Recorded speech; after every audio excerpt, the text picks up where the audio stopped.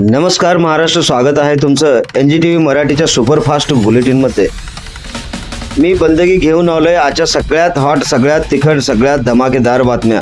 फक्त 10 मिनिटात संपूर्ण महाराष्ट्र फिरणार आहोत। चला तर मग तयार आहात ना? चटकन सीट बेल्ट बांधा, कारण आजचा बुलेटिन नाही, हे तर न्यूज एक्सप्रेस आहे। मुंबई हायकोर्टाचा धडाका, नगर परिषद निकाल 3 तारखेला नाही, थेट 21 डिसेंबरला। फडणवीस राऊत यांची मध्यरात्री गुप्त भेट, काय शिस्त आहे राजकीय खंडारात? महाराष्ट्र थंड झाला, मुंबई 18 अंश हुडहुडी भरली, शिंदेच्या बॅगेमधून पैशाचा पाऊस, मालवण मध्ये नवीन व्हिडिओ व्हायरल, नांदेड हत्याकांडात प्रेयसीचा धक्कादायक खुलासा, धर्म बदलणार होता सक्षम, आणि अजून 5 जबरदस्त बातम्या। ब्रेक नको, थांबायचं नाही, कारण NGTV मराठीवर बातम्या थांबत नाहीत, फक्त धडाधड धडाधड पळतात। 2 डिसेंबरला 264 नगर परिषद नगरपंचायतीसाठी झालेल्या मतदानानंतर सगळीकडे उत्साह होता, पण मुंबई हायकोर्टाच्या नागपूर बेंचने राज्य निवडणूक आयोगाला चांगलाच धक्का दिला। न्यायमूर्ती विभा कंकणवाडी व हितेन वेणेगावकर यांनी सांगितले की सर्व निकाल एकत्रितपणे 21 डिसेंबरला जाहीर करा, 3 डिसेंबरला नाही, कारण काही ठिकाणी न्यायालयीन प्रकरणामुळे निवडणुका पुढे ढकलण्यात आल्या आहेत। त्यामुळे मतदानाच्या वेळी प्रभाव पडू नये म्हणून आयोगाने 20 डिसेंबरला उरलेल्या 24 संस्थांसाठी मतदान ठेवलंय। त्यामुळे निकाल एकदाच भाजप नेते चंद्रशेखर बावनकुळे म्हणाले, आयोगाच्या कायद्याच्या चुकीचा अर्थ लावणुकीमुळे असा निर्णय झाला। महायुतीमधून नाराजी, विरोधकांकडून समर्थन, निकालाची वाट पाहताना राजकीय गलथान वाढलंय। महाराष्ट्राचे मुख्यमंत्री देवेंद्र फडणवीस व शिवसेना उद्धव बाळासाहेब ठाकरे गटाचे नेते संजय राऊत यांची मंगळवारी रात्री उशिरापर्यंत मीटिंग झाली। 20 मिनिटांच्या बंद दरवाजाच्या मागे बैठकीत फडणवीसांनी राऊतांच्या प्रगतीची विचारपूस केली असं सांगितलंय, पण यामुळे महायुती व महाविकास आघाडीतील संभाव्य गुप्त डीलबाबत चर्चांना उधाण आलंय। निवडणुकीच्या पार्श्वभूमीवर ही भेट महत्वाची ठरली। राऊत म्हणाले, फक्त आरोग्याबाबत बोललो।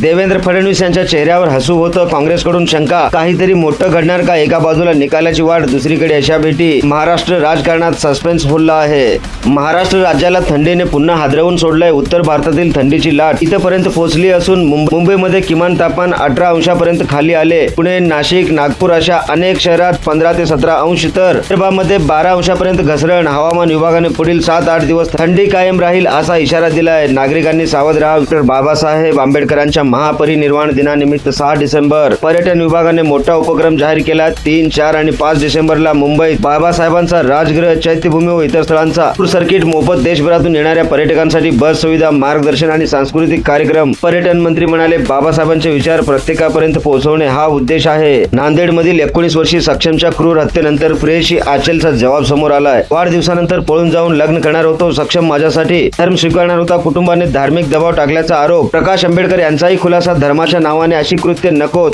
तपास सुरू। पीडितेच्या कुटुंबाने न्यायाची मागणी केली आहे। मालवण नगर परिषद निवडणुकीमध्ये उपमुख्यमंत्री एकनाथ शिंदे यांच्या बॅगेतून पैशांचा व्हिडिओ व्हायरल। माजी आमदार निलेश राणे यांनी दावा केला होता, शिवसेनेने पैसे वाटले। भाजप कार्यकर्त्यांवर आरोप, बेकायदेशीर घुसखोरीचा गुन्हा दाखल। चंद्रपूर, बुलढाण्यामध्ये देखील पैशांचा व्हिडिओ समोर आला। शिंदे गटाने नकार दिला। निवडणूक आयोगाने तपासाची घोषणा। हे प्रकरण पैसा राजकारण चर्चेत भर घालेल, निकालापूर्वीच खळबळ उडाली आहे।